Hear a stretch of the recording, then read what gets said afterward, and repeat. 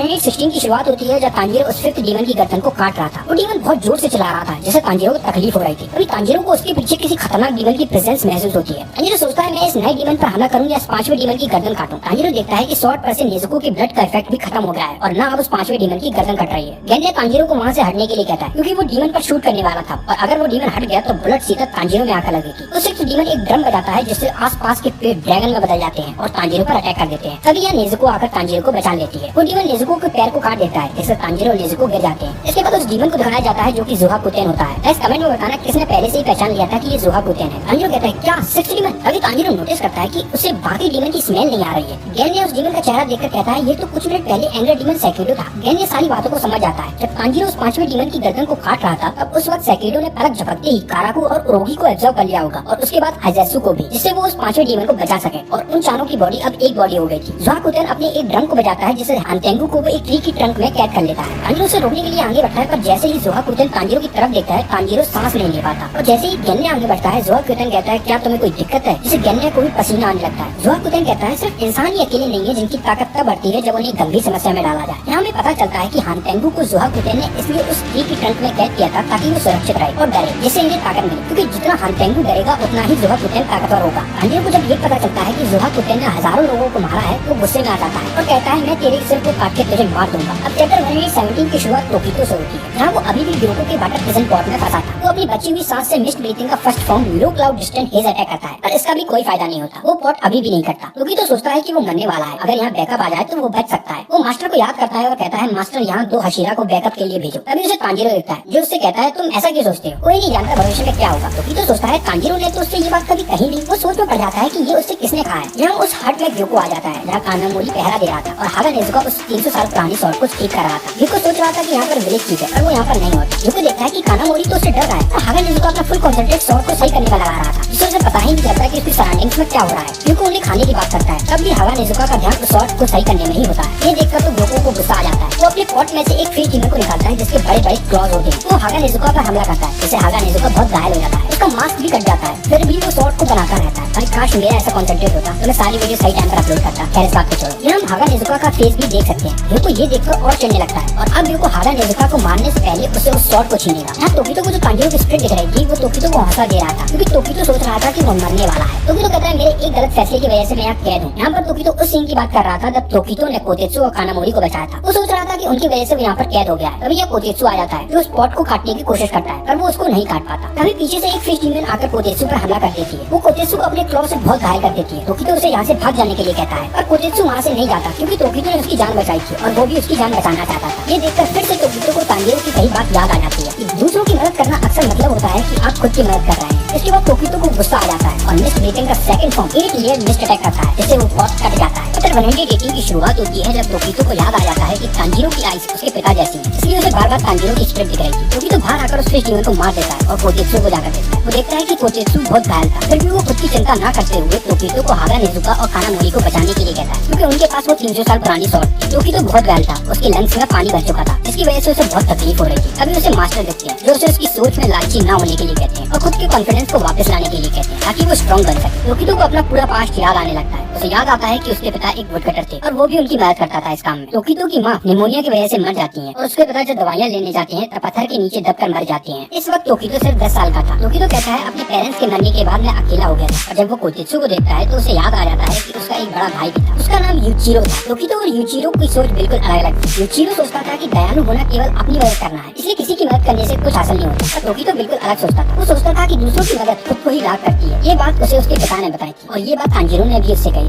ये दोनों लकड़ियाँ काट कर घर जा रहे थे जहाँ यूचिरो टोकितो की इस बात का जवाब देते हुए कहता है दूसरों के लिए मरना एक बेवकूफी है। यहाँ पर ये अपने पिता के बारे में कह रहा था क्योंकि वो अपनी पत्नी के लिए दवाई लेने गए थे तूफान में और मर गए। टोकितो कहता है ऐसा मत कहो, तुम इतने मतलबी क्यों हो रहे? यूचिरो कहता है उन दवाइयों का भी कुछ असर नहीं होता, अगर पिताजी तूफान में नहीं जाते तो सिर्फ माँ मरती। ये सुनकर टोकितो उस पर चिल्लाने लगता है और यूचिरो उसका बड़ा भाई था, वो उसे डांट देता है। टोकितो को लगने लगता है कि यूचिरो उससे नफरत करता है। वो ऐसे बात करता था जैसे उसके पास दिल ही नहीं है। यूचिरो ऐसा अपने मॉम डैड के मरने के बाद हो गया। एक दिन उन दोनों के पास मास्टर की पत्नी अमाने आती है, जो उन्हें अपने साथ लेने आई थी, पर यूचिरो उनसे भी अगर बात करता है और उन्हें भी भगा देता है वहाँ। अमाने उन्हें बताकर गई थी कि वो पहली ब्रीथिंग स्टाइल करने वाले के वंशज से हैं। इसे सुनकर तोकितो खुश हो जाता है और कहता है क्यों ना हम दोनों स्वॉर्डमैन बन जाए। जिस पर यूचिरो फिर गुस्सा हो जाता है और कहता है चावल तो उबालना आते नहीं, स्वॉर्डमैन बनोगे। मॉम डैड की तरह बातें मत करो, वरना उनकी तरह बेमौत मारे जाओगे। वो औरत सिर्फ हमारा इस्तेमाल करेगी। तोकितो से कहता है जाओ जाकर खाना बना। इसके बाद भी अमाने उनके घर आया करती थी, पर वो दोनों उससे बात नहीं करते थे। कुछ महीने बाद गर्मियों में वो एक दिन घर का गेट ओपन छोड़ देते हैं और उसी रात उनके घर एक डीमन आ जाता है, जो यूचिरो को बुरी तरह घायल कर देता है। वो डीमन भी ये जानता था कि इन दोनों का कोई नहीं है इस दुनिया में। डीमन कहता है तुम मरो या जियो, इससे किसी को फर्क नहीं पड़ता। इस कमेंट में बताना ये लाइन आपने किस एपिसोड में और सुनी है। ये सुनकर तोकितो को बहुत गुस्सा आ जाता है। उसे इतना ज्यादा गुस्सा आ जाता है कि उसे कुछ याद नहीं रहता कि रात में क्या हुआ है। वो देखता है सुबह हो गई है, उसके हाथ में एक कुल्हाड़ी है और सामने डीमन मरा पड़ा है। वो यूचिरो को देखने जाता है, पर तोकितो की हालत भी बहुत खराब हो गई थी। फिर भी वो रेंगते रेंगते घर के अंदर आ जाता है, जहाँ यूचिरो मरने की कगार पर था। यूचिरो मरते हुए गॉड से अपने भाई को बचाने के लिए कहता है। वो कहता है भले ही गॉड उसे मार दे, पर तोकितो को बचा ले। इसके बाद तोकितो प्रेजेंट में आ जाता है और कहता है म्यूचियो में म्यू का मतलब अनंत ताकत है, और चिल्लाकर कहता है मुझे चुना गया है। और इसी के साथ ये चैप्टर एंड हो जाता है। कमेंट्स में बताना आपको ये एपिसोड कैसा लगा। वीडियो